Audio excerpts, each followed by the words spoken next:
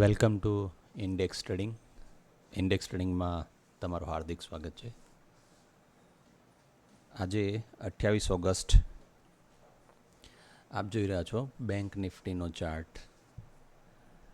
આજ દિવસ દરમિયાન બેંક નિફ્ટીએ કેવી રીતે કામ કર્યું અને આવતીકાલે કેવી રીતે કામ કરી શકે છે આપણે આ વિડીયોમાં સમજવાની કોશિશ કરીએ. આજે માર્કેટે બેંક નિફ્ટીનું ક્લોઝિંગ જે છે એ 51,143 એટલે કે 51,150ની આસપાસનું ક્લોઝિંગ આવ્યું છે. જે આપણે એને સમજવાની કોશિશ કરીએ તો એ ગઈકાલની કમ્પેરિઝનમાં એ લગભગ 140 રૂપિયાની આસપાસ નીચે બંધ થયું છે. બરાબર છે, આપણે એને એ રીતે સમજીએ છીએ. અને બીજી એક વસ્તુ છે કે એ જે છે ટ્રેન્ડ લાઇનની કમ્પેરિઝનમાં આપણે જે ટ્રેન્ડ લાઇન જોઈ રહ્યા હતા ઘણા સમયથી કે ટ્રેન્ડ લાઇનથી હજુ પ્રોપર બ્રેકઆઉટ કે બ્રેકઇન નથી આવ્યું, બ્રેકડાઉન નથી આવ્યું. બરાબર છે.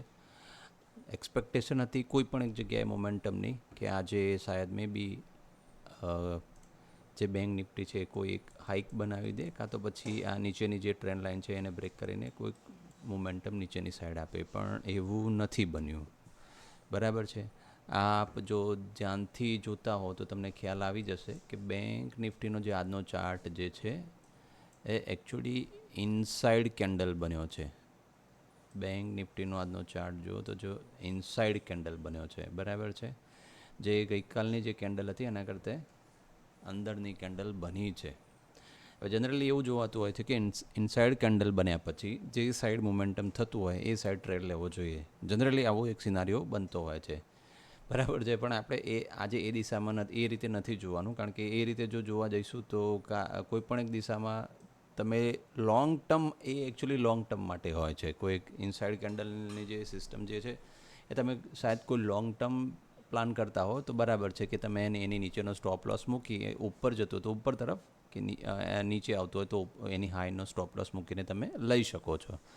એવો પ્લાન થઈ શકે. પણ આ આપણે બેંક નિફ્ટીમાં ઓપ્શન તરીકે જોઈ રહ્યા છીએ તો એને અલગ રીતે જોવું જોઈએ. તો કાલે કઈ રીતે ખુલે ને કેવી રીતે માર્કેટને જોવું જોઈએ આપણે અત્યારે એ ડિસ્કસ કરી લઈએ, એ સમજી લઈએ એકચ્યુઅલી. બરાબર છે. તો એ જેનો ક્લોઝિંગ તો જે ટ્રેન્ડ લાઇન હતી આપણી એના કરતાં ઉપર જ ક્લોઝિંગ છે, એની કમ્પેરિઝનમાં ઉપર ક્લોઝિંગ છે. બરાબર છે.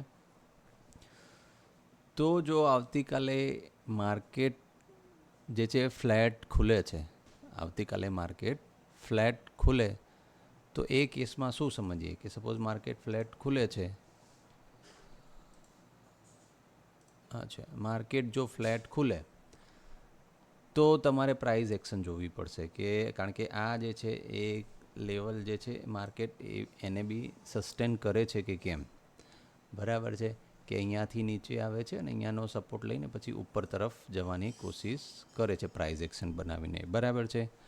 આ જે લેવલ જે છે લગભગ 51,000 કે 51,050ની આસપાસનું લેવલ જે છે એ છે. બરાબર છે. જો માર્કેટ ગેપ ડાઉન ખુલી જાય છે, કાલે માર્કેટ ગેપ ડાઉન ખુલી જાય છે તો એ કેસમાં આપણે શું જોવું જોઈએ? એ કેસમાં આપણે એ જ જોવું જોઈએ અગેન કે માર્કેટ પાછું ફરીથી આ લેવલ ઉપર 50,800ની આસપાસ કે 50,900ની આસપાસનો લેવલ માટે આવે છે નીચેની તરફ. અહીંયા સપોર્ટ લઈને ઉપર જવાની કોશિશ કરે છે પ્રાઇસ એક્શન બનાવીને, અથવા તો એ લોઅર લો પેટર્ન બનાવીને નીચે આવવાની કોશિશ કરે છે. બરાબર છે. તો જે કોઈ પણ લેવલ્સ તમે અહીંયા ડિસાઇડ કરો છો, અહીંયા જુઓ છો, એ પ્રમાણે જો પ્રાઇસ એક્શન બને તો એ પ્રમાણે જ ટ્રેડ થઈ શકે. સપોઝ અહીંયા સપોર્ટ લઈને કોઈ હેમર બનાવે છે અથવા તો પછી બુલિશ એંગલ્ફિંગ બનાવે છે, એવી કોઈ કેન્ડલ બનાવે છે કે જે તમને થોડુંક કન્ફર્મેશન આપતું હોય કે અહીંયાથી કોલ તરફ જઈ શકે, ઇન ધ સેન્સ કે માર્કેટ અહીંયાથી હવે બુલિશ બની શકે છે અથવા માર્કેટ અહીંયાથી બેરિશ બની શકે છે કોઈ પણ રીતે. બરાબર છે. તો આ રીતે જોવું રહ્યું જો ગેપ ડાઉન ખુલે છે તો. હવે જો માર્કેટ ગેપ અપ ખુલી જાય છે, માર્કેટ જે છે એ ગેપ અપ ખુલી જાય છે તો એ કેસમાં પછી આપણે એ જ જોવાનું છે, કારણ કે બાયર્સ તો ઓલરેડી છે જ માર્કેટમાં, સેલર્સ છે પણ બાયર છે, તો પછી તે પ્રાઇઝ એક્શન એ ઉપર જ લઈ જશે. બરાબર છે. જો માર્કેટ આજના ઓપનિંગ અથવા આજની હાઈ કરતાં બી ઉપર ટ્રેડ કરવા લાગે છે આવતીકાલે, બરાબર છે, તો એ તમને બાઇંગ ઝોન અથવા તો બાઇંગ માટે જ લઈ જશે, કારણ કે ઓલરેડી માર્કેટનું જે લેવલ જે છે માર્કેટ તોડીને તો ઉપર જ છે. જે 50,600 અથવા 50,700નું જે લેવલ હતું, જે મેઇન રેઝિસ્ટન્ટ હતું, એનાથી તો માર્કેટ ઉપર છે. તો આ ઉપરનું લેવલ હોવાના કારણે અહીંયા બાયર્સ ઓલરેડી છે. માર્કેટ જો આવતીકાલે ગેપ અપ ખુલે તો એ ઉપરની સાઈડ લઈ જવાનો પ્રયત્ન કરે છે. બરાબર છે. આને આપણે જો લેવલ્સમાં સમજીએ તો કયા કયા લેવલ્સ આવી શકે છે, આપણે એ સમજવાની કોશિશ કરીએ. બરાબર છે. તો આ જે રેડ લાઇન બનાવેલી છે આપણે, એ નીચેના લેવલ્સ જે છે, તમે આપ સ્ક્રીનશોટ લઈ શકો છો. એ નીચેના લેવલ્સ છે જે છે 51,100ની આસપાસ, 51,050. બરાબર છે. એ પછી જો માર્કેટ નીચે આવે તો પછી 51,930ની આસપાસનું લેવલ જે છે એક એ છે. બરાબર છે. નીચેની સાઈડ, અને નીચેની સાઈડ બીજું લેવલ જે છે 50,850ની આસપાસનું લેવલ નીચેની સાઈડના. અને ઉપરની સાઈડના જે લેવલ્સ જે છે એ 51,250ની આસપાસ. પછી એની હાઈ લાગી શકે છે 51,350ની આસપાસ. એ પછી માર્કેટ જઈ શકે, આનો બ્રેક કરી શકે છે 51,410. અને જો વધુ માર્કેટ ઉપર જાય છે તો પછી માર્કેટ 51,500ની આસપાસ જઈ શકે છે. બરાબર છે. આ હાઈક લાગે છે, અને વધુ જો માર્કેટ ઉપર જાય છે તો પછી 51,600ની આસપાસનું લેવલ માર્કેટમાં જોવા આવતીકાલે મળી શકે છે. બરાબર છે. 15 મિનિટના ચાર્ટમાં જોઈએ તો એક સરપ્રાઇઝિંગ વસ્તુ બની છે, જે આપણે જોઈએ. અહીંયા તમે જોશો, આપણે એકચ્યુઅલી 1 અવરના ચાર્ટમાં જોઈએ તો જલ્દી પાછો તમને ખ્યાલ આવશે કે અહીંયા જે છે માર્કેટે હેડ એન્ડ શોલ્ડર્સ પેટર્ન બની છે. બરાબર છે. આ નેક લાઇનને બ્રેક કરીને નીચે તો આવ્યું છે. આ જો સસ્ટેન કરે તો બિગ ફોલ આવી શકે છે. અને તમે એ પણ જોઈ લઈએ આપણે, કારણ કે જે આપણે જે ગઈકાલે જે ડિસ્કસ કરી રહ્યા હતા ટ્રેન્ડ લાઇનની કમ્પેરિઝનમાં પણ માર્કેટ નીચે થોડું ટ્રેડ કરી રહ્યું છે. તો હેડ એન્ડ શોલ્ડર્સ પેટર્ન બની છે. બરાબર છે. આ હેડ એન્ડ શોલ્ડર્સ પેટર્ન બની છે, અને એના કરતાં બી માર્કેટ નીચે છે. જો એ રીતે માર્કેટ આવવાનો પ્રયત્ન કરે છે તો એ નીચે તરફ પણ આવતીકાલે આવી શકે છે. લેવલ્સ તો આપણે ડિસ્કસ કર્યા છે, એ પ્રમાણે લેવલ્સ જોઈ શકાય છે. તો ઓલમોસ્ટ સપોર્ટ બી આપણે જોયા છે હમણાં. બરાબર છે. તો એ લેવલ્સ ખાસ ધ્યાન રાખો. એ લેવલ એઝ અ સપોર્ટ અથવા રેઝિસ્ટન્ટ તરીકે પણ કામ કરી શકે છે. બરાબર છે. આ હતું બેંક નિફ્ટીનું આજનું એનાલિસિસ આવતીકાલ માટેનું. હવે આપણે જોઈએ નિફ્ટી 50નું એનાલિસિસ. બરાબર છે. નિફ્ટી 50નો જો ચાર્ટ આપણે 1 ડેનો જોઈએ તો નિફ્ટી 50નો ચાર્ટ આજે લગભગ 25,052 એટલે કે 25,050ની આસપાસ જે છે બંધ થયું છે. 25,052 એટલે કે 25,050ની આસપાસનું બંધ થયું છે. એ ઓલમોસ્ટ આ જે હાઈક હતી એના લેવલની કમ્પેરિઝનમાં નીચે જ ક્લોઝિંગ થયું છે. એ જે રેન્જ હતી એ રેન્જની અંદર ક્લોઝિંગ કર્યું છે. એ રેન્જને તોડી નથી માર્કેટે આજે. એટલે હજુ પણ આ નિફ્ટી જે છે એ ફૂલ સ્ટ્રોંગ બાઇંગ નથી. એટલે એકચ્યુઅલી છે તો બાઇંગમાં જ, પણ એકદમ સ્ટ્રોંગ કેન્ડલ જે બનવી જોઈએ, આવી બિગ કેન્ડલ મોટી બનવી જોઈએ, આ ટાઈપની એક બિગ કેન્ડલ બનવી જોઈએ, જે નથી બની. બરાબર છે. અત્યારે જે માર્કેટ જે છે બાયરના હાથમાં જ છે અત્યારે. આવતીકાલે કંઈ પણ થાય, પણ બાયરના હાથમાં જોવાની શક્યતાઓ થોડી વધારે છે. બરાબર છે. તો એ રીતે જ જોવું જોઈશે માર્કેટને. એઝ અ બાયર પર્સપેક્ટિવથી જ જોવું પડશે. તમે આવતીકાલે પુટ માટેનું જલ્દી નહીં વિચારી શકો, કારણ કે અત્યારે એવું કોઈ સિનારીઓ નથી કે માર્કેટ તરત નીચે પડી જાય. ઉપર નથી જઈ રહ્યું એ અલગ સબ્જેક્ટ છે, પરંતુ માર્કેટ સીધું નીચે આવી જશે એવું વિચારવું થોડું મુશ્કેલ છે અત્યારે હાલની કન્ડિશન પ્રમાણે જોતા. જો જોવું હોય તો તમે માર્કેટને ઉપર તરીકે જ જોઈ શકો. બરાબર છે. હવે જો આવતીકાલે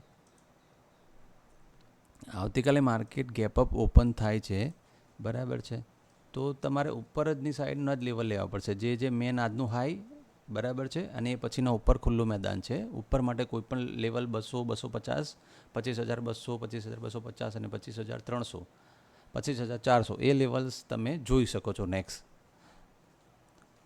પછીના દિવસોમાં, બરાબર છે. હવે આપણે જો નીચેની સાઈડ જોઈએ, જો માર્કેટ ગેપ ડાઉન ખુલી જાય છે, બરાબર છે, માર્કેટ જો ગેપ ડાઉન ખુલી જાય છે તો પછી શું થશે, માર્કેટ જો ગેપ ડાઉનની આસપાસ ખુલી જાય છે તો પછી તમારે નીચે આ લેવલ્સ જે છે 25,800 અને 25,000નું લેવલ એ તો છે જ, 25,800, 25,900નું લેવલ તમે આવતીકાલે જોઈ શકાય છે જો માર્કેટ નીચે આવે છે તો, બરાબર છે. પણ એ પ્રોબેબિલિટી હાલ થોડીક ઓછી છે, ડેટા અને ચાર્ટ પ્રમાણે તો ઓછી છે. ડેટા જોઈએ તો પછી ખ્યાલ આવશે એ તો, બરાબર છે, પણ ચાર્ટ પ્રમાણે જોતા તો એવો કોઈ સિનારીઓ દેખાઈ રહ્યો નથી કે માર્કેટ આવતીકાલે નીચે આવે. આવતીકાલ માટે જે નિફ્ટી 50 જે છે એની માટે કોઈ પ્રોપર ડાયરેક્શન જોવું હોય તો એક જ જે છે એ કોલ સાઈડનું છે, ટૂંકમાં અપ સાઈડનું છે, માર્કેટમાં તેજી જોવા મળી શકે છે. હા, માર્કેટ અહીંયા હોલ્ડ કરી રહ્યું છે એવું કહી શકાય, બરાબર છે. આપણે એવું સમજી શકીએ કે શાયદ માર્કેટ અહીંયા હોલ્ડ કરી રહ્યો છે. હવે પછી જે નેક્સ્ટ મૂવ આવે જે થોડો મોટો મૂવ આવી શકે છે, બરાબર છે. આપણે 15 મિનિટના ચાર્ટમાં જોઈએ તો, અચ્છા, 15 મિનિટના ચાર્ટમાં જોઈએ તો માર્કેટ જે છે છેલ્લા હાફ અવરમાં કે છેલ્લા 1 કલાકની અંદર એ નીચે આવ્યું છે, બરાબર છે. એનો મતલબ એવો નથી કે એ નીચે આવી જશે. નીચે આ સપોર્ટ ઝોન છે જ, આ જે છે 25,000નો મેઇન સપોર્ટ ઝોન છે, એ 25,000ને વટાવીને જો માર્કેટ નીચે આવે તો પછી આ લેવલ સુધી આવી શકે છે, બરાબર છે ને. એ આપણે હમણાં ડિસ્કસ કરીએ એ રીતે. તો આ હતું નિફ્ટી 50નું એનાલિસિસ આવતીકાલ માટે. આશા રાખીએ કે આપને એનાલિસિસ પસંદ આવ્યું હશે. એનાલિસિસને ધ્યાનથી સમજવાની કોશિશ કરો, શું પેટર્ન બની રહી છે, માર્કેટ કઈ જગ્યાએ હોલ્ડ કરી રહ્યું છે, બરાબર છે, કયા લેવલ ઉપર માર્કેટ શું રિએક્ટ કરે છે, તો એ લેવલને જરા ધ્યાનથી સમજવાની કોશિશ કરો તો એ તમને ખ્યાલ આવી જશે કે આવતીકાલે આપણે શું કરવું જોઈએ, બરાબર છે. જો અત્યારે અગેન હું ફરીથી સમજાવવાની કોશિશ કરું છું કે માર્કેટે આજે જે છે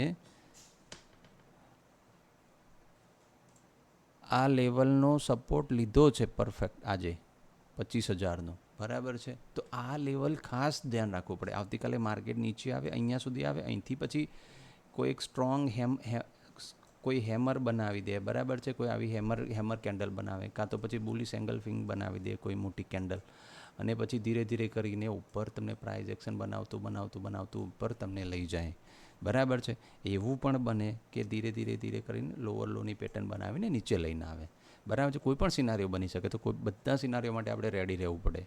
અને એ સિનારીઓ સમજતા અને એ સિનારીઓ જોતા જ જો તમને આવડી જશે ને તો પછી મને નથી લાગતું કે કોઈ તમને આમાં પ્રોફિટેબલ બનાવતા રોકી શકે એવું છે, બરાબર છે.